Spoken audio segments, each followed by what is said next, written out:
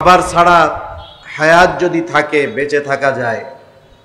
এ দুনিয়াতে এমন নজির আছে, বছরের পর বছর ভাত না খেয়ে মানুষ বেঁচে আছে, আল্লাহ তাআলা বাঁচিয়ে রেখেছেন। কিন্তু আপনাদের নোয়াখালী সহ গোটা দুনিয়ার মধ্যে যদি দুই একজন খুঁজেন যেই লোকটা অক্সিজেন ছাড়া বেঁচে আছে, এরকম খোঁজ খবর আপনাদের কাছে আছে নাকি? গোটা দুনিয়ায় পাওয়া যাবে? নাই। অথচ এই অক্সিজেনবিহীন মানুষ, চিকিৎসা বিজ্ঞান বলে মাত্র 5টা মিনিট দুনিয়াতে বেঁচে থাকতে পারবে সর্বোচ্চ সময়।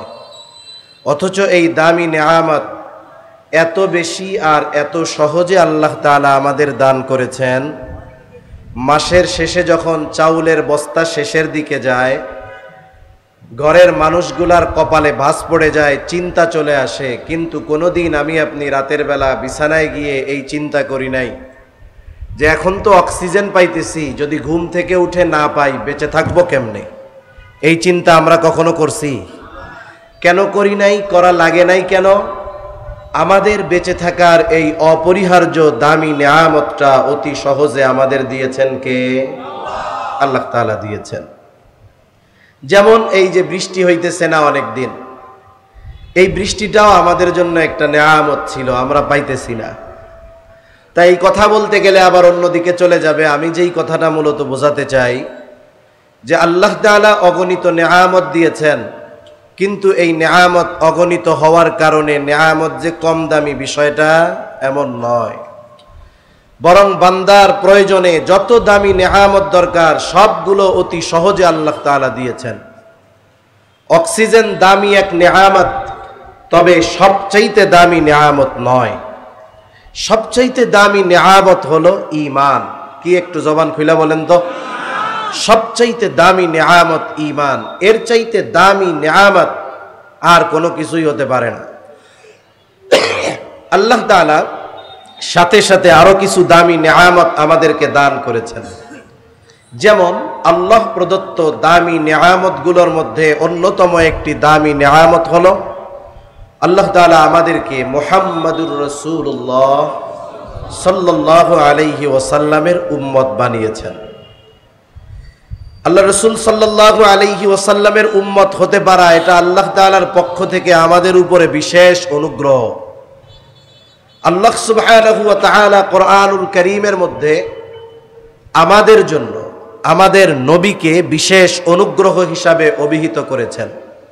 তিনি তো এমন এক নবী, যেই নবীকে শুধু আমরাই ভালোবাসি তা নয়, বরং ওই নবীও তার উম্মতকে সর্বোচ্চ ভালোবাসে। সুবহানাল্লাহ বলেন। এজন্য আল্লাহ তাআলা বিশেষ করে মুমিনদের জন্য নবীকে বিশেষ অনুগ্রহ হিসাবে অভিহিত করেছেন। আল্লাহ তাআলা বলেন, লাকাদ মান্নাল্লাহু আলাল মুমিনিনা ইয বা'আসা ফীহিম রাসূলাম মিন আনফুসিহিম। আল্লাহ রাব্বুল আলামিন বলেন, মুমিনদের উপর আল্লাহ তাআলার বিশেষ অনুগ্রহ যে ইয বা'আসা ফীহিম রাসূলাম মিন আনফুসিহিম, যে তিনি তাদের মধ্য থেকে তাদের জন্য একজন রাসূল প্রেরণ করেছেন। আল্লাহ তাআলা যদিও মুমিনদের জন্য নবীকে বিশেষ অনুগ্রহ হিসাবে অভিহিত করেছেন, তথাপি নবীজির কারণে উপকৃত শুধু মুমিনরা হয়েছে বা হবে বা হয় এমনটা নয়, বরং নবীজির কারণে গোটা পৃথিবীর সব মাখলুক কাফেররা সহ সকলেই নবীজির কারণে উপকৃত হয়েছে, হচ্ছে এবং কিয়ামত পর্যন্ত হতে থাকবে। নবীজির উপস্থিতিতে যেমন কাফেররা নবীজির কারণে কঠিন শাস্তি থেকে বেঁচে গিয়েছে, বর্তমানেও বাঁচতেছে, কিয়ামত পর্যন্ত নবীজির কারণেই তারা কঠিন শাস্তি থেকে বেঁচে থাকবে। হাদিস থেকে শোনাই আপনাদের, আবু জেহেল একদিন নবীজির সামনে এসে নবীজিকে শোনায়া শোনায়া আল্লাহ তাআলার কাছে দোয়া করে। আবু জেহেল আল্লাহ তাআলাকে বলে, আল্লাহ, সত্যই যদি আপনি মুহাম্মাদের উপরে কোরআন নাজিল করে থাকেন, তাহলে আমাদের উপরে কঠিন শাস্তি বর্ষণ করেন, পাথর বর্ষণ করেন, অথবা যন্ত্রণাদায়ক শাস্তি দেন। নবীজিকে শোনায়া শোনায়া আবু জেহেল আল্লাহ তাআলার কাছে দোয়া করে। প্রথম প্রশ্ন হলো, আবু জেহেল কি আল্লাহ তাআলাকে বিশ্বাস করতো নাকি? বলে হ্যাঁ করতো।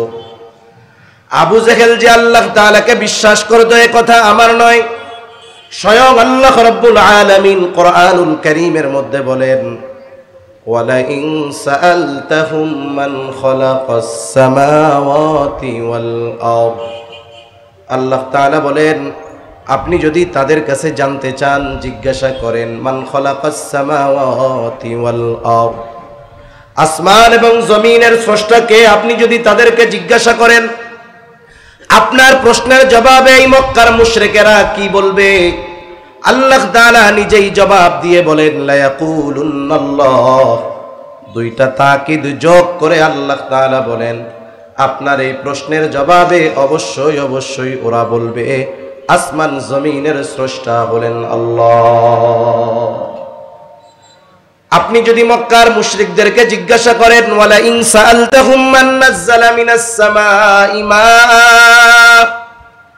কে আসমান হতে পানি বর্ষণ করে, শুধু তাই না, ফাআহইয়া বিহিল আরদা বাদা মাউতিহা, বর্ষিত পানির দ্বারা কে মৃত জমিনকে পুনরায় পুনরুজ্জীবিত করে। ফেটে চৌচির হয়ে যাওয়া, শক্ত হয়ে যাওয়া ওই ফসল উৎপাদনের অনুপযুক্ত জমিনটাকে কে বৃষ্টির পানির মাধ্যমে ফসল উৎপাদনের উপযুক্ত করে তোলে। মক্কার মুশরিকেরা ওদের দেবদেবীদের কথা বলবে না, আপনার প্রশ্নের জবাবে অবশ্যই অবশ্যই তারা বলবে এগুলো যিনি করেন তিনি কে? লা ইয়াকুলুন্নাল্লাহ, অবশ্যই অবশ্যই তারা বলবে এগুলো আল্লাহই করেন।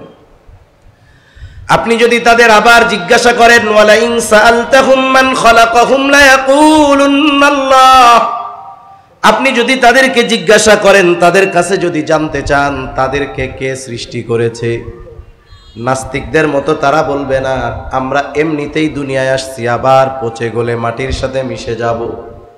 তারা কি বলবে?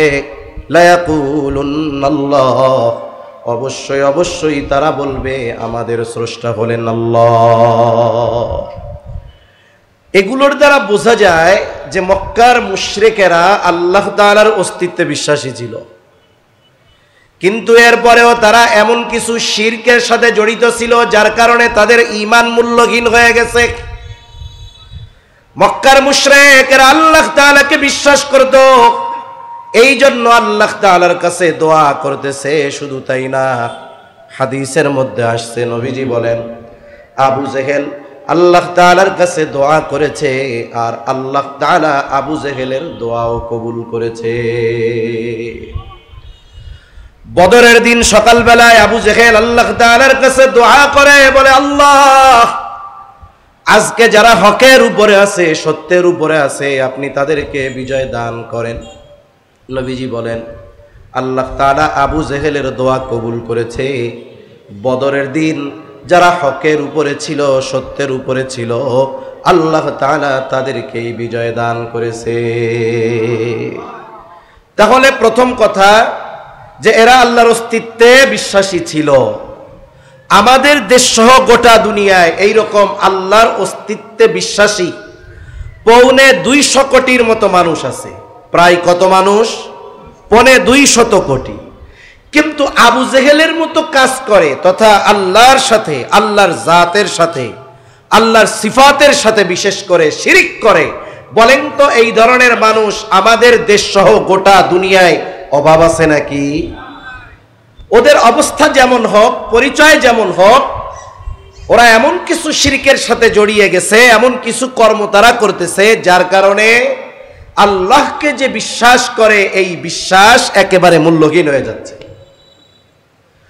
2 নম্বর কথা, আবু জেহেল নবীজিকে শোনায় শোনায় কেন এই দোয়া করে? ওর যদি পাথর বর্ষণের আযাব নিতে মন চায়, যন্ত্রণাদায়ক শাস্তি যদি আল্লাহর কাছে চায়, গোপনে গোপনে চাইবে। নবীজিকে শোনায়া আল্লাহ তাআলার কাছে চাওয়ার কি দরকার? বিষয়টা হলো এই রকম, নবীজিকে শুনিয়ে শুনিয়ে আল্লাহ তাআলার কাছে এই কথা বলার কারণ হলো নবীজিকে কষ্ট দেওয়া কথার মাধ্যমে। আবার কেমন যেন আবু জেহেল আল্লাহ তাআলাকে বলতে চায়, আল্লাহ, আমার পেছনে লোকজনের অভাব নাই। আমি হলাম কুরাইশ বংশের বড় একজন নেতা, আমার টাকা পয়সা ধন দৌলত জনবল লোকবলের অভাব নাই, আমার ক্ষমতার অভাব নাই, টাকা পয়সার অভাব নাই। আয় আল্লাহ, আপনি আমারে বাদ দিয়া কেন মুহাম্মাদের উপরে কোরআন নাজিল করলেন? এই কথা কেমনে সহ্য করি? তাইলে পাথর দিয়ে আমারে শেষ করে দেন। এই কথাটা মূলত বলতেছে হিংসায়। আমরা অনেক সময় দেখি মানুষ মানুষকে কথার মাধ্যমে কষ্ট দেয় কি দেয় না? অনেক জায়গায় বিশেষ করে গ্রাম অঞ্চলে এরকম আছে, একজন মানুষ অভাবী দরিদ্র কষ্টে আছে, মানুষের সাথে তার কোনো শত্রুতা নাই, কিন্তু দেখবেন একটা সময় তার শত্রু এমনিতেই হয়ে যায়। কারণ মানুষের মধ্যে যেই রোগগুলোর বিস্তার বেশি, এর মধ্যে একটা হলো হিংসা। হিংসার কারণে অনেক সময় একজন আর একজনের ভালাই দেখতে পারে না, অটোমেটিক তার প্রতি একটা বিদ্বেষমূলক মনোভাব চলে আসে।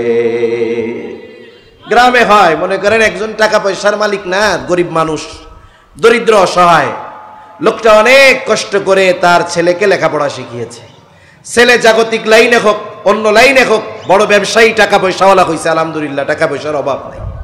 মানুষজন বলা বলি করে যে দেখছো অমুক চাচার ছেলে একটা সময় 2 বেলা খাইতেও পাইতো না, এখন অনেক টাকা পয়সার মালিক, আল্লাহ তাআলা ওদের দিকে ফিরায়া তাকাইছে, এখন বড় অফিসার, নোয়াখালীতে কয়েকটা দোকান আছে, বাড়ি আছে, মাশাআল্লাহ, আলহামদুলিল্লাহ। এই যে একটা মানুষের উন্নতি সবার কিন্তু ভালো লাগবে না। পাশের থেকে আর একজন বলবে তোমরা কার কথা বলো? বলে অমকের বুলা অমক এইরকম উন্নতি অগ্রগতি হয়েছে। এখন ওই লোকটার তার উন্নতি শুনে আর ভাল লাগে না, তখন কি বলে, আয় আল্লাহ, অমকের বুলা এত টাকার মালিক, এই খবর শোনার আগে আমি মরলাম না কেন? এরকম বলার লোক তো আলহামদুলিল্লাহ কমপক্ষে নোয়াখালী নাই, আছে? যে আমি মরলাম না কেন, কি খবর শুনলাম? বলেন তো ওই টাইমে যদি আজরাইল এসে বলে আপনার তো মরতে মন চায়, তাইলে আমার লগে চলেন, কি বলবে? যে আসলে মরতে চাই না, এটা হলো এমনি এমনি কইছি, ঠিক কিনা? আসলে আবু জেহেল চায় না তার উপরে পাথর বর্ষণ হোক অথবা যন্ত্রণাদায়ক শাস্তি হোক, কিন্তু কেন বলল? বলে নবীজিকে শোনায় বলছে কথার দ্বারা কষ্ট দেওয়ার জন্য। স্বাভাবিক, নবীজিও তার আচরণে কষ্ট পেয়েছেন। মনে করেন আপনার একজন বন্ধু আছে, খুব খাতিরওয়ালা বন্ধু, আপনার জানে জিগার বন্ধু, একেবারে আপনার কাছের বন্ধু, আপনি মুআদ্দাব ভদ্র মানুষ, শরীফ মানুষ, আপনি এক জায়গায় গিয়েছেন, আর একটা দুষ্টু লোক আপনাকে উদ্দেশ্য করে কিছু কথা বলতেছে, আপনি তো ভদ্র মানুষ, এই জন্য কিছু বলেন না, চোখটা নিচের দিকে দিয়া, চোখ দিয়া আপনার পানি পড়তেছে তার কথার আঘাতের কারণে, কিন্তু আপনার বন্ধু পাশে আছে, তার পাওয়ার আছে, ক্ষমতা আছে। বলেন তো কোনো মানুষ যদি আপনাকে কথার দ্বারা কষ্ট দেয়, আপনার ওই বন্ধু কি ওই কথাগুলো শুনে চুপ করে থাকবে নাকি? চুপ থাকবে না। আপনি জবাব না দিলেও আপনার পক্ষ থেকে সে কি দিয়ে দিবে? জবাব দিয়ে দিবে। রাসূল আকরাম সাল্লাল্লাহু আলাইহি ওয়াসাল্লামকে আবু জেহেল শোনায় শোনায় কথাগুলো বলতেছে, নবীজি কিছু বলেন না, আল্লাহ রাব্বুল আলামিন নিজেই আবু জেহেলের এই কথার জবাবগুলো পাঠায়া দিয়েছেন। সুবহানাল্লাহ বলেন। আল্লাহ তাআলাও কেমন যেন বলে, ও আবু জেহেল, তোমরা যেই কর্ম করো, তোমরা যেই কথা বলো, তোমরা ওই ধরনের শাস্তির উপযুক্ত। তবে এই ধরনের শাস্তির উপযুক্ত হওয়ার পরেও কেন আমি তোমাদের শাস্তি দেই না শুনে নাও। আল্লাহ তাআলা ওহী নাজিল করে আমার আপনার নবীজিকে জানায়া দেন, ও নবী গো, ওদের কর্মের কারণে তো ওরা শাস্তির উপযুক্ত, তবে শাস্তিও তো দেই না আপনার জন্য। আল্লাহ তাআলা বলেন, ওয়ামা কানাল্লাহু লিউআযযিবাহুম ওয়া আনতা ফীহিম, আপনি যতক্ষণ তাদের মধ্যে আছেন আমি তাদেরকে ততক্ষণ শাস্তি দিব না। আপনি তাদের মধ্যে আছেন, আপনাকে আমি এই জন্য তাদেরকে আমি শাস্তি দিব না। এখন কেন? নবী আছে, ওদেরকে কেন শাস্তি দিবেন না? কিন্তু অতীতে তো আল্লাহ তাআলা অনেক সম্প্রদায়কে শাস্তি দিয়েছেন, দিয়েছেন কি দেন নাই? আল্লাহ তাআলা কেন নবী জমিনে আছেন আর ওদের শাস্তি দিবেন না কেন? পবিত্র কোরআনুল কারীমের সর্বাধিক পাঠিত যেই সূরা, সূরার নাম হলো সূরাতুল ফাতিহা। এমন একটা সূরা যেই সূরা প্রত্যেক নামাজের প্রতি রাকাতে লাগে। ইমামের পেছনে যখন পড়া হয়, ইমামের কেরাত, মুসল্লির কেরাত, নিজে যখন একাকী পড়া হয়, সূরা ফাতিহা পড়তে হয়। সূরা ফাতিহার শুরুতেই আমরা বলি আলহামদুলিল্লাহি রাব্বিল আলামিন। সকল প্রশংসা আল্লাহর জন্য। আল্লাহকে বলে যিনি হলেন জগৎ সমূহের রব, প্রতিপালক। এক নম্বরে আল্লাহ তাআলা জানিয়ে দিলেন জগৎ একটা নয়, শুধু এই পৃথিবী একটা জগৎ নয়, আরো অগণিত জগৎ যিনি সৃষ্টি করলেন তিনি কে? এই পৃথিবীর মহাকাশ নিয়ে যারা গবেষণা করে, যতগুলো সংস্থা আছে, সব সংস্থাগুলোর মধ্যে সবচাইতে বেশি অগ্রসর হলো যেই সংস্থা, তার নাম হলো নাসা। আমাদের বাংলাদেশেও একটা সংস্থা আছে, মহাকাশ গবেষণা কেন্দ্র, যেটার নাম হলো স্পারসো। নাম শুনছেন আপনারা? মহাকাশ গবেষণা কেন্দ্র আছে যে আমাদের দেশে, জানেন তো আপনারা এটার নাম কি? স্পারসো। স্পারসো। নাসা কত অ্যাডভান্স, এর চাইতে আমাদের স্পারসো আরো বহুত অ্যাডভান্স। এটা আপনাদের হয়তো জানা নাই, কথায় আসলো তাই বলি। কেন অ্যাডভান্স হুজুর? নাসার মতো সংস্থার চাইতে আমাদের বাংলাদেশের এটা আরো বেশি অগ্রসর কেন?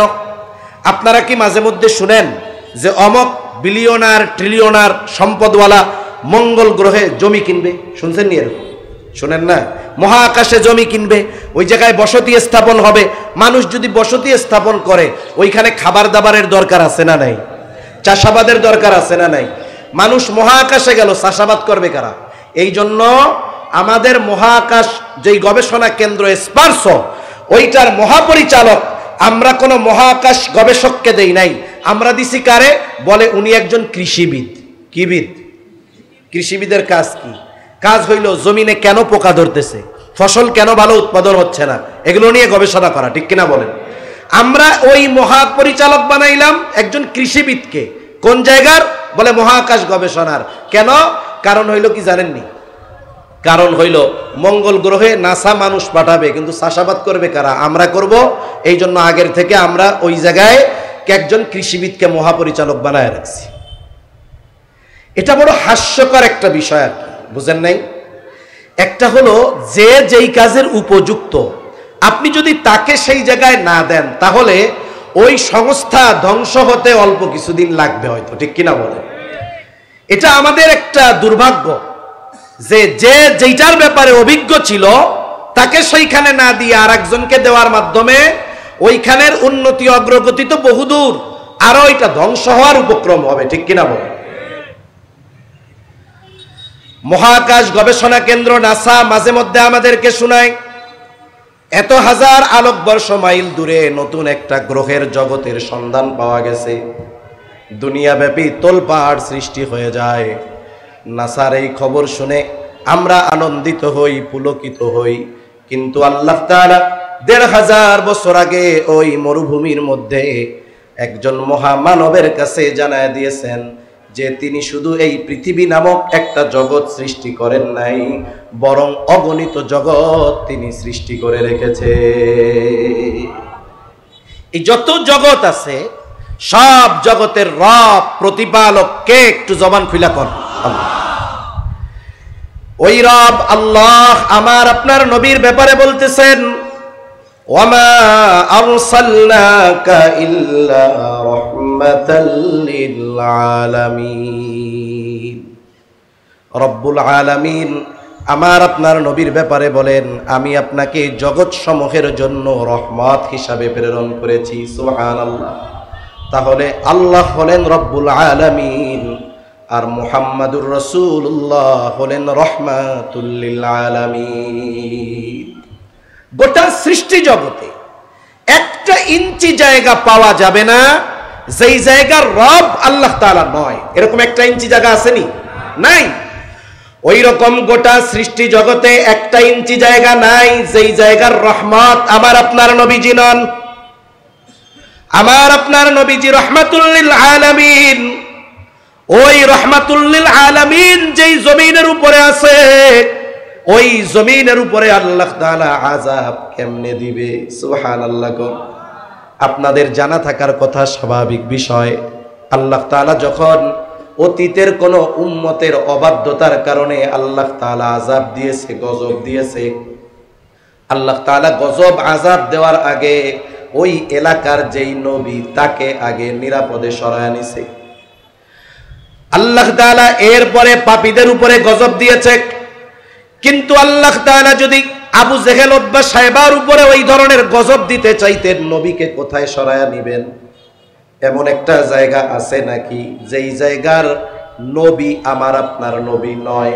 আছে? নবী যেমন রাহমাতুল লিল আলামিন, নবী ওই রকম গোটা সৃষ্টি জগতের জন্য নবী।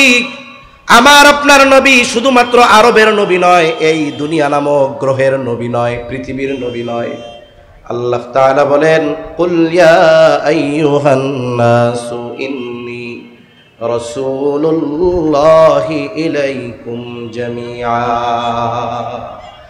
আপনি মানুষদেরকে বইলা দেন, ইন্নী রাসূলুল্লাহি ইলাইকুম জামিআ, আমি তোমাদের সকলের উপরে রাসূল হিসাবে প্রেরিত হয়েছি। এই জন্য আমার আপনার নবীজি যেই জায়গার রহমত, আমার আপনার নবীজির নবুয়ত এই জায়গায় পৌঁছায়া দিয়েছেন। যেমন গোটা সৃষ্টি জগতের এমন একটা জায়গা নাই যেই জায়গার রব আল্লাহ তাআলা নয়, আবার গোটা সৃষ্টি জগতে এমন একটা জায়গা নাই যেই জায়গার নবী আর রহমত আমার আপনার নবী নয়। এই জন্য নবীর কারণে কাফেররা তাদের পাপের কারণেও যেই পরিমাণ শাস্তি পাওয়ার উপযুক্ত, ওই পরিমাণ শাস্তি আল্লাহ দেয় নাই। সাথে সাথে আমি প্রথমেই বলেছিলাম, উম্মতের প্রতি নবীজির মুহাব্বত, ভালোবাসা। আমাদের প্রতি নবীজির কেমন মুহাব্বত, কেমন ভালোবাসা। রাসূল আকরাম সাল্লাল্লাহু আলাইহি ওয়াসাল্লাম একদিন সাহাবা একরাম সাথে বসা, নবীজি হঠাৎ করে কোরআনুল কারীম থেকে তিলাওয়াত করলেন। আন্নান নবী সাল্লাল্লাহু আলাইহি ওয়াসাল্লাম তালামা কাওলাল্লাহি আযজা ওয়া জাল্লা ফি ইব্রাহিম আলাইহিস সালাম। আল্লাহ তাআলা ইব্রাহিম আলাইহিস সালামের ব্যাপারে যা নাজিল করেছেন, রাসূলুল্লাহ সাল্লাল্লাহু আলাইহি ওয়াসাল্লাম কোরআন থেকে সেটা তিলাওয়াত করলেন। ইব্রাহিম আলাইহিস সালামের ব্যাপারে কি নাজিল করেছে? ইব্রাহিম আলাইহিস সালাম তার গুনাহগার উম্মতের ব্যাপারে ক্ষমা চেয়ে আল্লাহ তাআলার কাছে দোয়া করেছে। আল্লাহ তাআলা কোরআনুল কারীমের সূরা ইব্রাহিমের 13তম পারায় 19 নম্বর পৃষ্ঠার মধ্যে আল্লাহ তাআলা বলেন, রব্বি ইন্নাহুন্না আযলালনা কাসীরাম মিনান নাস ফামান তাবিআনি ফাইন্নাহু মিন্নী ওয়া মান আসানি ফাইন্নাকা গফুরুর রহিম। ইব্রাহিম আলাইহিস সালাম দোয়া করতেছে, আমার রব, ইন্নাহুন্না আযলালনা কাসীরাম মিনান নাস, এই প্রতিমাগুলো, এই মূর্তিগুলা অধিকাংশ মানুষকে পথভ্রষ্ট করে ফেলছে। ফামান তাবিআনি ফাইন্নাহু মিন্নী, তবে যে আমার আনুগত্য করেছে তার বিষয়টা তো ভিন্ন, কারণ সে তো আমার দলভুক্ত। ওয়ামান আসানি ফাইন্নাকা গফুরুর রহিম, আর যে আমার আনুগত্য করে নাই, হায় আল্লাহ আপনি তো গফুর, আপনি তো রহিম। ইব্রাহিম আলাইহিস সালাম কেমন যেন বলতে চায়, এই গুনাহগার যারা, এরাও তো আমার উম্মত, আপনি তো গফুর, আপনি তো রহিম, আপনি চাইলে আমার এই অবাধ্য গুনাহগার উম্মত গুলাকেও মাফ করে দিতে পারে। وقال عيسى عليه السلام إن تعذبهم فإنهم عبادك وإن تغفر لهم فإنك أنت العزيز الحكيم। ঈসা আলাইহিস সালাতু ওয়াস সালাম তার গুনাহগার উম্মতের ব্যাপারে আল্লাহ তাআলার কাছে বলেন, ইন তুআযিবুহুম ফাইন্নাহুম ইবাদুক, আপনি যদি তাদেরকে শাস্তি দেন তারা তো আপনারই বান্দা।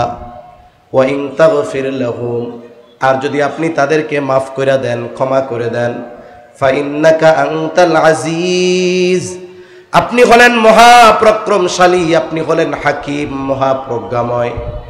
ঈসা আলাইহিস সালামও কেমন যেন বলতে চায়, আল্লাহ আমার গুনাহগার উম্মত, আপনার এই বান্দাগুলোকে আপনি মাফ করে দেন।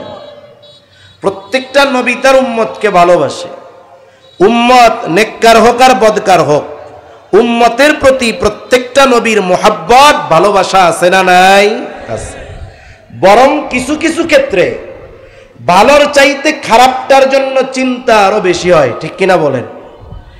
যেমন মনে করেন একজনের 3টা ছেলে, 3 ছেলের মধ্যে 2 ছেলে খুব ভালো, একেবারে নামাজি, দিনদার, মুত্তাকি, পরহেজগার, সকলেই তাদের প্রশংসা করে, সুনাম বলে। কিন্তু ছোট যেই ছেলেটা, এইটা ওই 2 জনের ভালোকে যদি এক পাল্লায় দেওয়া হয় আর ওর খারাপিকে যদি এক পাল্লায় দেওয়া হয়, ওই খারাপির পাল্লাটা ভারী হবে বেশি। এখন বলেন তো, মা বাবা ওই ভালো 2 সন্তানকে নিয়ে বেশি চিন্তা করে নাকি খারাপটারে নিয়ে করে?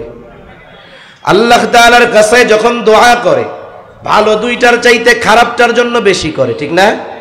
আল্লাহ তাআলার কাছে এমন ভাবেও বলে, আল্লাহ, মরার আগে যদি আমার ওই 2 ছেলের মতো ছোট ছেলেটারও দেখা যাইতে পারতাম, মইরাও শান্তি পাইতাম। কিন্তু দেখেন, সন্তান খারাপ, তারে জেলখানায় দিয়া দেয় না, ফালায়া দেয় না। 2-1টা ব্যতিক্রম ঘটনা, সেটা কিন্তু ভিন্ন কথা। কিন্তু অধিকাংশ মা বাবা সন্তান যদি খারাপ হয় তার ভালোর জন্য আল্লাহর কাছে দোয়া করে, চিন্তা করে। বলে কেন করে? বলে যতই খারাপ হোক, এটা তো সন্তান, ওই সন্তানের মোহাব্বতের কারণে, সন্তানের প্রতি ভালোবাসার কারণে ওই মা বাবা খারাপ সন্তানের জন্য বেশি চিন্তা করে। বলেন তো, মা বাবা তার সন্তানকে যত বেশি ভালোবাসে, তার চাইতে নবী আমাদের কম বেশি ভালোবাসে না বেশি? কোনো সন্দেহ নাই, নবীজি আমাদেরকে কত বেশি ভালোবাসে। আরেকটা উদাহরণ দিলে বুঝতে সহজ হবে। মনে করেন আপনারা 2 জন বন্ধু, এক বন্ধু আপনারে শুধু দিনভর কানের কাছে তসবিহ জপে, দোস্ত তোমারে খুব ভালোবাসি, তোমার জন্য জীবন দিয়ে দিব, তুমি যা বলবা তাই করব। এইবার আপনি ওই বন্ধু, যেই বন্ধু আপনার জন্য জীবন দিতে প্রস্তুত, তাকে নিয়ে গেছেন এক জায়গায় বাজারে। অনাকাঙ্ক্ষিতভাবে বাজারে কারো সাথে আপনার একটু দ্বন্দ্ব লাগছে, আপনার পরিচিত কেউ নাই। এরপরেও আপনি চিন্তা করতেছেন, আমি তো একা না, প্রয়োজনে আমার সাথে তো এমন বন্ধু আছে যে আমার জন্য জীবন দিয়া দিবে, ঠিক না? মানুষ যখন মুসিবতে পড়ে আগে খোঁজে আশেপাশে আমার পরিচিত কে আছে। আপনিও মুসিবতে পড়ে আপনার বন্ধুকে খুঁজতেছেন, ডানে তাকায় দেখেন বন্ধুকে, ওই বন্ধুর ছায়াও দেখা যায় না, এ ভাগছে। ওই মুসিবত থেকে উদ্ধার পেয়ে আপনি বাড়িতে আসছেন। বাড়িতে আসার সাথে সাথে, সিএনজি থেকে নামার সাথে সাথে ওই বন্ধু দৌড় দিয়ে আপনার গলা জড়ায়া ধইরা বলে, বন্ধু, তোমারে এত ভালোবাসি, তোমার জন্য জীবন দিয়া দিব। এখন বলেন, বিপদের সময় যেই বন্ধু আপনারকে ফালায়া পালায়া চলে আসছে, বাড়িতে আসার পরে যদি বলে, বন্ধু তোমার লাইগা জীবন দিয়া দিমু, কি করবেন আপনি? মিষ্টি খাওয়াবেন? রসগোল্লা দিবেন? আগে পারলে সাইজ করবেন, ঠিক কিনা বলেন? তাহলে বোঝা গেল প্রকৃত বন্ধুকে আপনি বলবেন, তুমি যদি আমার আসলেই বন্ধু হইতা, আমাকে যদি সত্যই ওই পরিমাণ ভালোবাসতা, বিপদে ফালায়া দিয়ে আসতা না। আল্লাহর কসম করে বলি, এই দুনিয়ার মুসিবত কোনো মুসিবত নয়। চোখ দুটো বন্ধ হবে, সব মুসিবত আমার আপনার শেষ। এখন আমারে যদি জিজ্ঞাসা করেন, হুজুর আপনার অসুবিধা কি, আমি দুনিয়ার এত অসুবিধার কথা আপনাকে বলবো, তালিকা করতে করতে হাত ব্যথা হয়ে যাবে। কিন্তু চোখ দুটো যদি বন্ধ হয়ে যায়, বলেন তো কোনো মুসিবত আছে নাকি? তাহলে এই দুনিয়ার মুসিবত আসলে কোনো মুসিবত নয়। আসল মুসিবত তো কিয়ামতের দিন, যেই দিন আমার আপনার আপনজন আমাকে আপনাকে পরিচয় দিবে না। আল্লাহ তাআলা কোরআনুল কারীমের মধ্যে ওই দিনের সামান্য চিত্র তুলে ধরে বলেন, ইয়াউমা ইয়াফিরুল মারউ মিন আখিহি ওয়া উম্মিহি ওয়া আবিহি ওয়া সাহিবাতিহি ওয়া বানিহি লিকুল্লি ইমরিইম মিনহুম ইয়াউমা ইযিন শা'নুন ইউগনি। আল্লাহ তাআলা বলেন, কিয়ামতের দিন ভাই ভাইয়ের থেকে পলায়ন করবে। ওয়া উম্মিহি ওয়া আবিহি, পিতামাতা থেকে পলায়ন করবে। ও সাহিবাতিহি ওয়া বানি, স্ত্রী সন্তানদের থেকে পলায়ন করবে। প্রত্যেকটা মানুষ সেই দিন নিজের চিন্তায় বিভোর থাকবে। শুধু তাই না, তাফসীরের মধ্যে আসছে, মানুষেরা এমনও আল্লাহ তাআলার কাছে বলবে, আল্লাহ সারা দুনিয়ার সব মানুষকে জাহান্নামে দিয়ে হলেও আপনি আমাকে নাজাত দিয়ে দেন, আমাকে জান্নাত দিয়ে দেন। ওই দিন মানুষ কতটা চিন্তায় বিভোর থাকবে, প্রত্যেকটা মানুষ নিজের চিন্তায় বিভোর। ওই দিন আমার আপনার নবীজিও চিন্তিত থাকবে, তবে নবীজি নিজের চিন্তায় চিন্তিত থাকবেন না, তিনি চিন্তিত থাকবেন উম্মতের নাজাতের চিন্তায়। মা বাবা সন্তানকে চিনবে না, নিজের চিন্তায় বিভোর থাকবে। ওই কঠিন মুসিবতের দিন নবী তার উম্মতকে ভুলবে না। নবীজি কত চিন্তিত থাকবে, পেরেশান থাকবে। মানুষ যখন চিন্তিত থাকে, পেরেশান থাকে, এক জায়গায় স্থির থাকতে পারে না, হাঁটাহাঁটি করে, স্থান পরিবর্তন করে। এই জন্য নবীজি একবার দৌড়িয়ে চলে যাবেন হাউজে কাউসারের কাছে, না জানি তার কোনো উম্মত পানি পানে মাহরুম হয়ে যায় কিনা। আবার নবীজি দৌড়ায় চলে যাবেন পুলসিরাতের কাছে, না জানি কোনো উম্মত পুল পাড়ি দিতে ব্যর্থ হয়ে যায় কিনা। আবার নবীজি আরেকবার দৌড়ায় চলে যাবেন মিজানের কাছে, না জানি কোনো উম্মত ওজনে ধরা পড়ে যায় কিনা। আরেকবার নবীজি দৌড়ায় চলে যাবেন জাহান্নামের কাছে, না জানি কোনো উম্মতকে জাহান্নামে দিয়ে দেওয়া হয় কিনা। আবার যখন উম্মতের জন্য সুপারিশের দরকার হবে, নবীজি আল্লাহর কাছে আইসা উম্মতের জন্য সুপারিশ করবে। উম্মতের চিন্তায় নবীজি কিয়ামতের দিন এক জায়গায় স্থির থাকবেন না। সব নবী জান্নাত অভিমুখে রওনা হয়ে যাবে, জান্নাতের দরজায় পৌঁছায়া যাবে, কিন্তু দরজা বন্ধ। জিজ্ঞাসা করা হবে কি ব্যাপার, জান্নাতের দরজা খোলা হয় না কেন? উত্তর দেওয়া হবে যিনি আসলে খোলা হবে তিনি এখনো আসেন নাই। কোথায়? বলে হাসরের ময়দানে উম্মতের চিন্তায় বিভোর। বলে নবী ততক্ষণ পর্যন্ত জান্নাত অভিমুখে রওনা হবে না, তার ওই উম্মত যার যাররা পরিমাণ ঈমান আছে তার ব্যাপারেও যতক্ষণ না আল্লাহ তাআলার পক্ষ থেকে জান্নাতের নিশ্চয়তা নবী না পাবে, ততক্ষণ পর্যন্ত নবী নিজে জান্নাত অভিমুখে রওনা হবে না। এমন নবী, এমন মুহাব্বত উম্মতের জন্য। ওই যে দুই নবী গুনাহগার উম্মতের ব্যাপারে আল্লাহর কাছে দোয়া করছে। স্বাভাবিক নবী তো সব সময় উম্মতের চিন্তা করে, কিন্তু দুই নবীর দোয়া তিলাওয়াত করার পর উম্মতের ব্যাপারে আরো দরদ মুহাব্বত উম্মতের জন্য অন্তরের মধ্যে জাগ্রত হয়ে গেছে। এইবার নবীজি কি করে? বলে ফারাফা ইয়াদাই ওয়াকালা আল্লাহুম্মা উম্মতি উম্মতি ওয়া বাকা। এইবার নবীজি দুই হাত উঁচু করে আল্লাহ তাআলার কাছে বলে আল্লাহুম্মা উম্মতি, আল্লাহুম্মা উম্মতি, আয় আল্লাহ আমার উম্মত, আমার উম্মত। আর কিছু নবী বলেন না। দুই চোখ দিয়ে অঝোর ধারায় পানি পড়তেছে, নবীজি কান্না করতেছে, আর কিছু বলে না। আল্লাহ তাআলা জিবরাইল আলাইহিস সালামকে বলে জিবরাইল যাও মুহাম্মাদের কান্নার কারণ গিয়া জিজ্ঞাসা করো। জিবরাইল আলাইহিস সালাতু ওয়াস সালাম এসে হাজির। জিজ্ঞাসা করে আপনি কেন কান্না করেন? আপনার কান্নার কারণ আল্লাহ জানতে চায়। যদিও আপনার কান্নার কারণ আল্লাহ জানে, এরপরেও আপনার কাছ থেকে জানতে চায়। কেন জানতে চায়? একটা উদাহরণ দিলে বুঝতে সহজ হবে। নোয়াখালীর মানুষ, উলামায়ে কেরাম, এখানে ঘরে ঘরে আলেম আছে, মাদ্রাসা আছে। স্বাভাবিকভাবে যেই মাদ্রাসাগুলোর মধ্যে আবাসিক ছোট ছোট বাচ্চারা থাকে, হিফজখানায় পড়ে, মক্তবে পড়ে, 5, 6, 7 বছর বয়স ছোট বাচ্চা।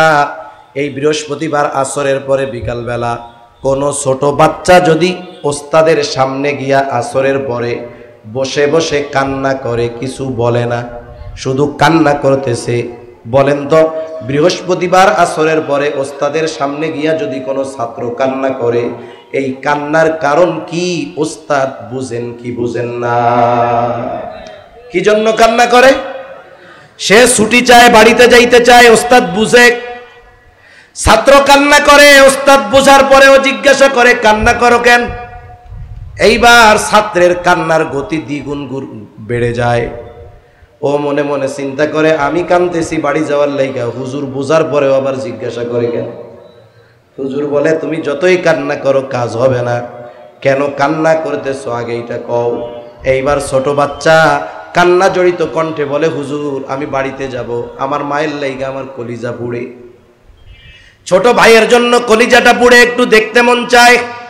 ওস্তাদ এইবার একটা হাসি দিয়া বলে, যাও আগামী দিন মাগরিবের আগে আবার মাদ্রাসায় চলে আসবা।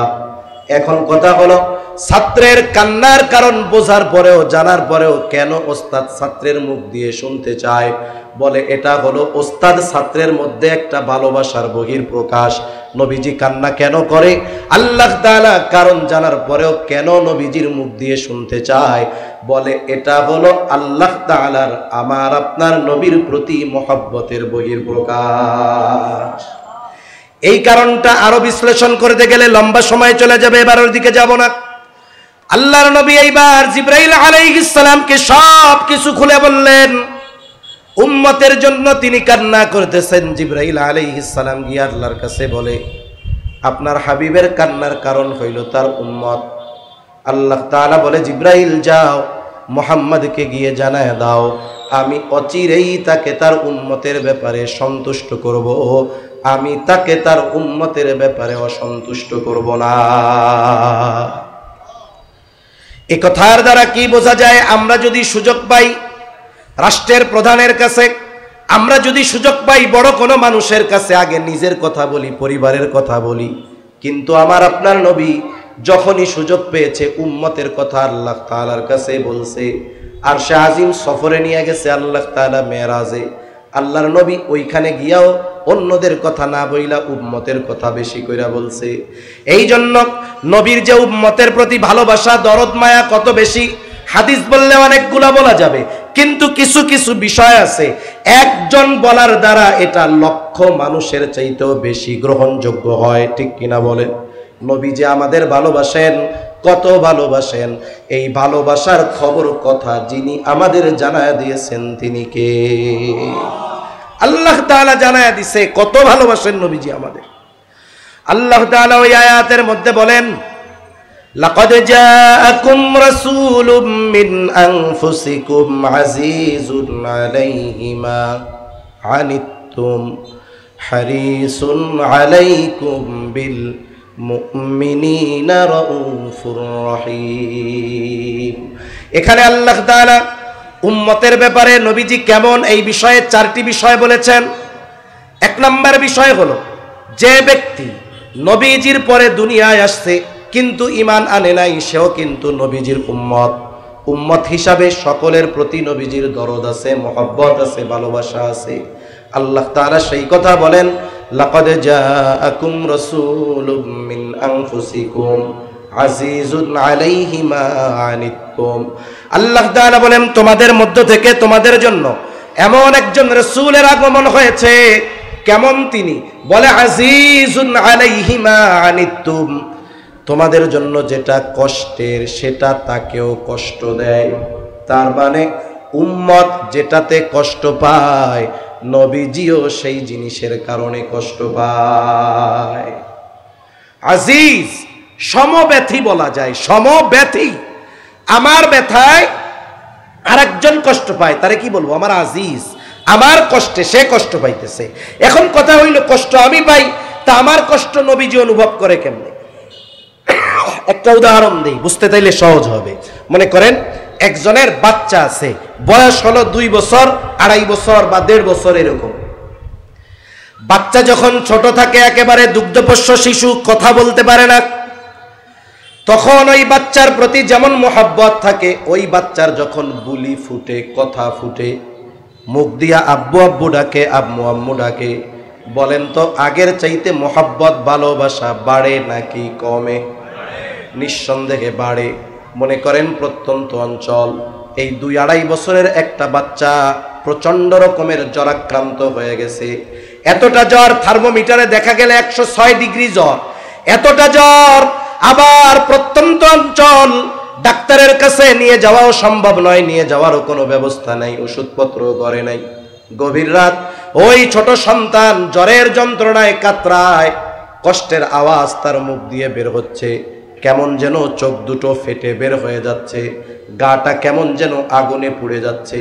বাচ্চা কষ্টের যন্ত্রণায় আহ আহ শব্দ তার জবান দিয়ে বের হচ্ছে। ওই অসুস্থ জ্বরাক্রান্ত বাচ্চার পাশে বসা তার মা বাবা। কিছু অনুভূতি আছে যেগুলো ওয়াজ করে বোঝানো যায় না। এটা বাস্তবে হৃদয় দিয়ে অনুধাবন করতে হয়, বাস্তবতা সেটাকে শিখিয়ে দেয়। যাদের সন্তান আছে তারা বুঝবেন। বলেন তো, জ্বরের কারণে ওই ছোট বাচ্চা যতটা কষ্ট পাবে, ওই বাচ্চার পাশে বসে থাকা তার মা বাবা তার চাইতে কষ্ট বেশি পায় না কম পায়? তারা তোর জ্বরাক্রান্ত নয়, তারা কষ্ট পায় কেন? বলে এই কষ্ট মোহাব্বতের কারণে, ভালোবাসার কারণে। মা বাবা সন্তানকে ভালোবাসার কারণে, সন্তানের কারণে সে কষ্ট পায়, অনুভব হয় কষ্টটা। এখন বলেন তো, মা বাবা সন্তানকে যত ভালোবাসে, নবী তার উম্মতকে তার চাইতে বেশি ভালোবাসে নাকি কম ভালোবাসে? এই জন্য ভালোবাসার কারণে উম্মতের কষ্টে নবী কষ্ট পায়। আল্লাহ তাআলা সেই কথাই বলেন, আজিজুন আলাইহি মা আনিতুম। 2 নম্বরে বলেন হারিসুন আলাইকুম, তিনি তোমাদের ব্যাপারে সর্বোচ্চ কল্যাণকামী। নবী প্রত্যেকটা উম্মতের ব্যাপারে কল্যাণকামী। এক হাদিসের মধ্যে আসছে, নবীজি বলেন আল্লাহ তাআলা প্রত্যেকটা নবীকে তার উম্মতের ব্যাপারে বিশেষ একটা দোয়া করার অনুমতি দিয়েছেন এবং এই দোয়া কবুলের প্রতিশ্রুতি আল্লাহ তাআলা দিয়েছেন। নবীজি বলেন সব নবী দুনিয়ায় তার উম্মতের ব্যাপারে এই দোয়াটা করে ফেলছে, আমি এই দোয়াটাকে সংরক্ষণ করে রেখেছি। কেন? বলে কিয়ামতের দিন এই দোয়াটা আমি আমার উম্মতের জন্য আল্লাহ তাআলার কাছে সুপারিশ হিসাবে করব। কারণ ওই দোয়া দুনিয়াতে করলে যত কল্যাণ হবে, তার চাইতে ওই সময় করলে বেশি কল্যাণ হবে। এই 2টা বিষয় সকলের জন্য, তবে তিনি তো মুমিনদের জন্য বিশেষ অনুগ্রহ। কারণ আল্লাহ তাআলা বলেছেন লাকাদ মান্নাল্লাহু আলাল মুমিনিন, তিনি হলেন মুমিনদের জন্য আল্লাহ তাআলার পক্ষ থেকে বিশেষ অনুগ্রহ। এই জন্য নবীর উম্মতের প্রতি মুমিন যারা, তাদের প্রতি ভালোবাসাও স্পেশাল। কতটা স্পেশাল? আল্লাহ তাআলা বলেন বিল মুমিনিনা রাউফুর রহিম। রাউফুর রহিম, বলেন তো এটা কার গুণবাচক নাম? আরো জোরে কর না, কার? দুনিয়াতে কোন মানুষ বাস্তবিক অর্থে নাম আব্দুর রউফ আছে, আমরা আব্বাদ দিয়ে খালি রউফ কইতে পারি, কিন্তু বাস্তবে কিসের রউফ হওয়ার যোগ্যতা রাখে? দুনিয়ার কোন মাখলুক রউফ হতে পারে না, দুনিয়ার কোন মাখলুক রহিম হতে পারে না। এটা আল্লাহ তাআলার গুণবাচক নাম রাউফুর রহিম। আল্লাহ তাআলা হলেন রাউফুর রহিম, অতিশয় আল্লাহ তাআলা হলেন রাউফুর রহিম।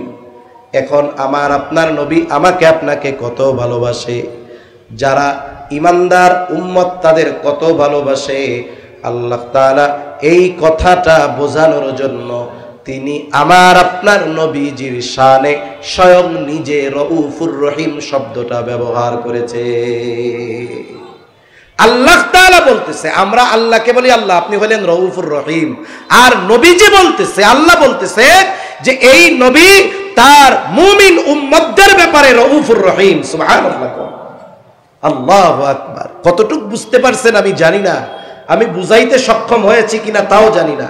আল্লাহ তাআলা বলতেছেন নবীজিকে, নবীজির ব্যাপারে যে এই নবী হলেন তার মুমিন উম্মতের ব্যাপারে রাউফুর রহিম। সুবহানাল্লাহ। তাহলে নবীজি যে আমাদের সর্বোচ্চ ভালোবাসেন, এ ব্যাপারে কোনো সন্দেহ আছে নাকি? যেই নবী আমাকে আপনাকে এত ভালোবাসে, সেই নবীর ব্যাপারেও আমাদের সর্বোচ্চ ভালোবাসা থাকার দরকার আছে না নাই? এই জন্য নবীজিকে ভালোবাসা এটা হলো মুমিনের ঈমান। এজন্য নবীজিও বলেন লা ইউমিনু আহাদুকুম হাত্তা আকুনা আহাব্বা ইলাইহি মিন ওয়ালিদিহি ওয়া ওয়ালাদিহি ওয়ান নাসি আজমাইন। নবীজি বলেন তোমাদের মধ্যে কেউ ততক্ষণ পর্যন্ত মুমিন হতে পারবে না যতক্ষণ না সে তার পিতা মাতা সন্তান সন্ততি এক কথায় সকলের চাইতে আমি নবীকে বেশি ভালো না বাসবে। তাহলে নবীজিকে ভালোবাসতে হবে নিজের জীবনের চাইতে বেশি, ঠিক কিনা বলেন? কারা নবীজিকে ভালোবাসতে তৈরি আছি? নারায়ে তাকবীর, মাশাআল্লাহ। আপনা ভাই, একটা মানুষকে সর্বোচ্চ ভালোবাসা আমরা বাসতে পারবো কখন? বলে সামনে পাবো যখন, ঠিক কিনা বলেন? আমরা তো নবীজিকে সামনে পাই নাই, আবু বকর রাদিয়াল্লাহু তাআলা আনহু নবীজিকে সামনে পেয়েছে, নবীর মহব্বতে, নবীর কথায় ঘরের সব সম্পদ এনে নবীর সামনে হাজির করেছে। আমরা তো নবীজিকে সামনে পাই নাই, তালহা তো নবীজিকে সামনে পেয়েছে, এই জন্য নিজের বুকটাকে নবীর জন্য ডাল বানায়া দিছে। আমাদেরও তো নবীকে ভালোবাসতে মন চায়। কেমনে ভালোবাসবো? জীবন দেওয়ার সুযোগ যদি আসে জীবন দিলাম, কিন্তু ভালোবাসা তো সব সময় চলতে হবে। কেমনে সব সময় ভালোবাসবো? উম্মত যেন পেরেশান না হয়, এই জন্য নবীজি তাকে ভালোবাসার পদ্ধতি স্বয়ং নবী নিজে জানায়া দিয়ে গেছে। নবীজি বলতেছে, আমারে যদি ভালোবাসতে চাও কি করবা শুইনা নাও। নবীজি বলেন, মান আহাব্বা সুন্নতি ফাকাদ আহাব্বানি ওয়া মান আহাব্বানি কানা মাই ফিল জান্নাহ। নবীজিকে ভালোবাসার প্রথম মাপকাঠি হইল নবীজির সুন্নাতকে মহব্বত করতে হবে। নবীজির সুন্নাতকে যদি মহব্বত করা হয় কি হবে? বলে নবীজিকে ভালোবাসা হবে। নবীজিকে ভালোবাসলে লাভ কি হবে? বলে নবীর সাথে জান্নাতে থাকা যাবে। দুনিয়ায় এই খবর যদি কেউ পায়, সে ভালো একজন মানুষের সাথে দেখা করার সুযোগ পাইছে, প্রধানমন্ত্রীর সাথে দেখা করার সুযোগ পাইছে। সে টাকা পয়সা শ্রম যেভাবেই হোক একটু দেখা করার, কথা বলার, পাশে বসার এই সুযোগ কি মিস করবে? বলেন, মিস করবে না। সে সর্বোচ্চ প্রচেষ্টা করবে নবীজির ওই ব্যক্তির পাশে বসার। আর সাহাবায়ে কেরাম নবীজির সাথে জান্নাতে থাকতে পারার খবরে সবচাইতে বেশি খুশি হয়েছে। নবীর সাথে জান্নাতে থাকতে পারার কথায় সবচাইতে বেশি খুশি হয়েছে সাহাবায়ে কেরাম। হযরত আনাস রাদিয়াল্লাহু তাআলা আনহু থেকে বর্ণিত, তিনি বলেন, একজন গ্রাম্য সাহাবী নবীজিকে এসে প্রশ্ন করতেছে, ইয়া রাসূলুল্লাহি মাতাস-সাআহ, হে আল্লাহর রাসূল, কিয়ামত কখন হবে? লোকটার বলার ভাব হলো এইরকম যে সে কিয়ামতের জন্য প্রস্তুত, কিন্তু কিয়ামত আসতেছে না, লেট হইতেছে, এমন ভাব। নবীজি এই জন্য পাল্টা তাকে প্রশ্ন করলেন, মা আদাত্তা লাহা, কিয়ামতের জন্য তুমি কি পাথেয় সংগ্রহ করেছো? গ্রামের মানুষ, সহজ সরল মানুষ জবাব দিয়ে বলে, আমি আল্লাহ এবং তার রাসূলকে ভালোবাসি। নবীজিও এই লোকটার এই জবাবের মধ্যে কোনো কৃত্রিমতার গন্ধ পাইলেন না। এই লোকের কথার জবাবে নবীজি বলতেছেন, আলমার উমা মান আহাব্বা, যে যাকে মহব্বত করে তার সাথে অবস্থান করবে। তাহলে প্রশ্নর শুরু ছিল কি, জবাব হইল কি? শুরু কি ছিল? কিয়ামত কখন হবে। জবাব কি হইল শেষ? বলে যে যাকে মহব্বত করবে সে তার সাথে অবস্থান করবে। কিছু কিছু সময় আছে প্রশ্ন আরেকটা করা হইলেও উদ্দেশ্য ভিন্ন থাকে, ঠিক কিনা বলে? প্রশ্ন করেছে একটা, কিন্তু উদ্দেশ্য কি? ভিন্ন। এই ধরনের প্রশ্ন অনেক সময় আমাদের দেশে কিছু মানুষ করে। যেমন আয়েশা বলে, ভাই আপনারা কি মুহাম্মাদুর রাসূলুল্লাহর ইসলাম মানবেন না আবু হানিফার? কত সুন্দর প্রশ্ন না? কিন্তু প্রশ্ন কি উত্তর জানার উদ্দেশ্য না ভিন্ন কোনো উদ্দেশ্য আছে? এরকম আছে কিছু লোক। ওই লোকটা জবাব পেয়ে গেছে, এবার চলে গেল। হযরত আনাস রাদিয়াল্লাহু তাআলা আনহু বলেন, আল মারউ মা'a মান আহাব্বা, এই কথাটা শুনে আমরা এতটা খুশি হয়েছি যে ইসলাম গ্রহণের পরে আর কোনো কথায় আমরা এতটা খুশি হই নাই। তাহলে নবীজির সুন্নাতকে মহব্বত করলে নবীর সাথে জান্নাতে থাকা যাবে। এখন প্রশ্ন হইল, ফ্যাসিলিটি পাওয়া যাবে জান্নাতে ঢুকতে পারলে, ঠিক কিনা বলেন? আপনি টিকিট পাইছেন, যে আপনাকে কাউন্টার টিকিট দিছে, সৌজন্য টিকিট। এখন আপনি যদি বাড়ি বসে থাকেন, ওই সৌজন্য টিকিট কোনো কাজে আসবে নাকি? সুযোগ আছে যাওয়ার, আগে আপনার কাউন্টারে যাইতে হবে, বাসে উঠতে হবে। তাহলে নবীর সাথে যদি জান্নাতে থাকতে হয়, আগে তো জান্নাতে যাওয়া লাগবে। জান্নাতে কারা যাবে, কিভাবে যাওয়া যাবে, তাও নবী জানায়া দিয়ে বলেন, কুল্লু উম্মতি ইয়াদখুলুনাল জান্নাতা ইল্লা মান আবা। নবীজি বলেন, আমার সব উম্মত জান্নাতে প্রবেশ করবে, আবা উম্মত ছাড়া। জিজ্ঞাসা করা হলো, আবা উম্মত কারা? নবীজি বলেন, মান আতাআনি দাখালাল জান্নাহ ওয়া মান আসানি ফাকাদ আবা। যারা আমার আনুগত্য করবে তারা জান্নাতে প্রবেশ করবে, আর যারা আমার আনুগত্য করবে না তারা আবা উম্মত, তারা জাহান্নামে প্রবেশ করবে, তারা জান্নাতে প্রবেশ করতে পারবে না। সর্বশেষ কথা আমি যেটা বলে শেষ করব, একটু চিন্তা করে দেখবেন, সময়ও শেষ, 4-5 মিনিটের মধ্যে আমি শেষ করে দিব। আচ্ছা, এই দুনিয়াতে আমরা তো কেউ চিরস্থায়ী না, চিরদিন কেউ বেঁচে থাকতে পারবো না, ঠিক কিনা বলেন? সকলকে মারা যেতে হবে না? সকলেই মারা যাবে। আমাদের মধ্যে যখন কেউ মারা যায় অথবা আমি আপনি যখন মারা যাব, কি করবে? প্রথমেই গায়ের পোশাকগুলো খুলে নিবে, এরপরে গোসলের ব্যবস্থা করবে, গোসল দেওয়ার পরে কাফন পরায়া দিবে। এইবার সুন্দর মতো খাটিয়ার উপরে লাশটাকে কাফন দ্বারা ভালো মতো মোড়ানো হবে। এরপরে জানাজার ময়দানে নিয়ে যাবে, জানাজা শেষ। এইবার খাটিয়াটা ধরে কবরস্থানে, যেখানে কবর দেওয়া হবে, কবরের পাশে নিয়ে যাওয়া হবে। এইবার দুইজন কবরের মধ্যে নামবে, উপর থেকে দুইজন বা তিনজন লাশটাকে নিচে ধরায়া দিবে কবরস্থ করার জন্য। বলেন তো, যখন কোনো মাইয়াতকে কবরস্থ করা হয়, এই সময় একটা দোয়া পড়া হয়, দোয়াটা জানা আছে তো আপনাদের? কি বলে বলেন তো? বিসমিল্লাহি ওয়া আলা মিল্লাতি রাসূলিল্লাহ। এই দোয়াটা আমরা মানুষের ব্যাপারে পড়ি, একদিন আমার আপনার ব্যাপারেও পড়বে। দোয়াটার সারমর্ম কি? বুজুর্গানে দ্বীনের ভাষায় বলি, ওনারা যেইভাবে বলতেছেন, এই দোয়াটার সারমর্ম হইল, কবরে রাখা হবে এক জগৎ থেকে নতুন এক জগৎ। বলেন তো, আপনি যদি এক দেশ থেকে আর এক দেশে যান, ভিসার দরকার আছে না নাই? ভিসা যদি জালিয়াতি করা হয়, ওই দেশের জেলখানায় আটকাবে, এরপরে ব্ল্যাক লিস্টে বা রেড লিস্টে ফালাইয়া দিবে, জীবনে আর ওইখানে যাইতে পারবে না, কারণ ওর ভিসাটা মিথ্যা। এই জগৎ থেকে নতুন আর এক জগতে আমাকে পাঠানো হবে, যেই জগতের নাম হলো আলমে বরজখ। এই দোয়াটা, এই কথাটা হলো ওই জগতের ভিসা। এই দোয়ার মধ্যে কি বলা হয়? বলা হয়, আল্লাহ, আপনার নামে এমন এক ব্যক্তিকে এখন কবরস্থ করতেছি, যার গোটা জীবন সুন্নাতের উপরে চলছে। এই ব্যক্তি যখন ইন্তেকাল করেছে সুন্নাতের উপরে ছিল, একে যখন আমরা কবরস্থ করতেছি তখনও সে সুন্নাতের উপরে আছে। যদি বলেন, কথাটা এমনও হতে পারে, বিসমিল্লাহি ওয়া আলা মিল্লাতি রাসূলিল্লাহ, আই সুন্নতি রাসূলিল্লাহ, যে আল্লাহ, আপনার নামে এই ব্যক্তিকে কবরস্থ করতেছি, যার গোটা হায়াত সুন্নাতের উপরে অতিবাহিত হয়েছে। আমার কাউকে কষ্ট দেওয়া উদ্দেশ্য নয়, আমি কষ্ট পাইলে আগের থেকে হাত জোড় করে ক্ষমা চায়া নেই।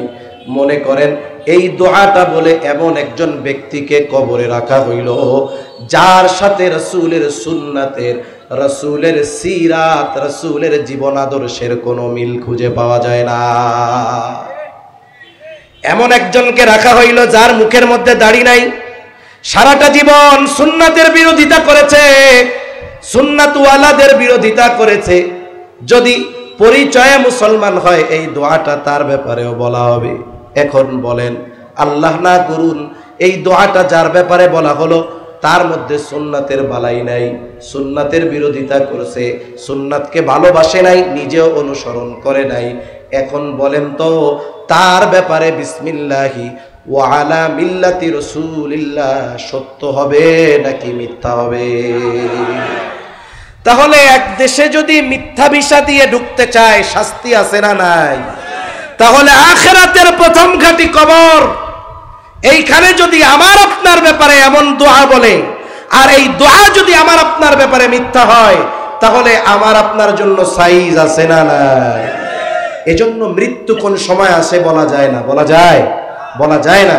জীবনটাকে রাসূলের আদর্শে, রাসূলের সিরাতে তথা সুন্নাতের আলোকে এমন ভাবে সাজাবো, যেখানেই মৃত্যু হোক না কেন, আমাকে যখন কবরে রাখা হবে, আমার ব্যাপারে যখন বলা হবে বিসমিল্লাহি ওয়া আলা মিল্লাতি রাসূলিল্লাহ, এই দোয়াটা বললে আমার ব্যাপারে দোয়াটা যদি সত্য হয়, তাহলে আমি কামিয়াব। ঠিক কিনা বলেন? আল্লাহ তাআলা আমাদের সকলকে রাসূলের সুন্নাতের আলোকে, রাসূলের মুহাব্বতকে অনুধাবন করে, রাসূলের সিরাতের আলোকে এ জীবন আল্লাহ সাজানোর তৌফিক দান করেন। সকলে বলি আমিন। ওয়া আখিরু দাওয়ানা আলহামদুলিল্লাহি রাব্বিল আলামিন। আসসালামু আলাইকুম ওয়া রাহমাতুল্লাহি ওয়া বারাকাতুহু।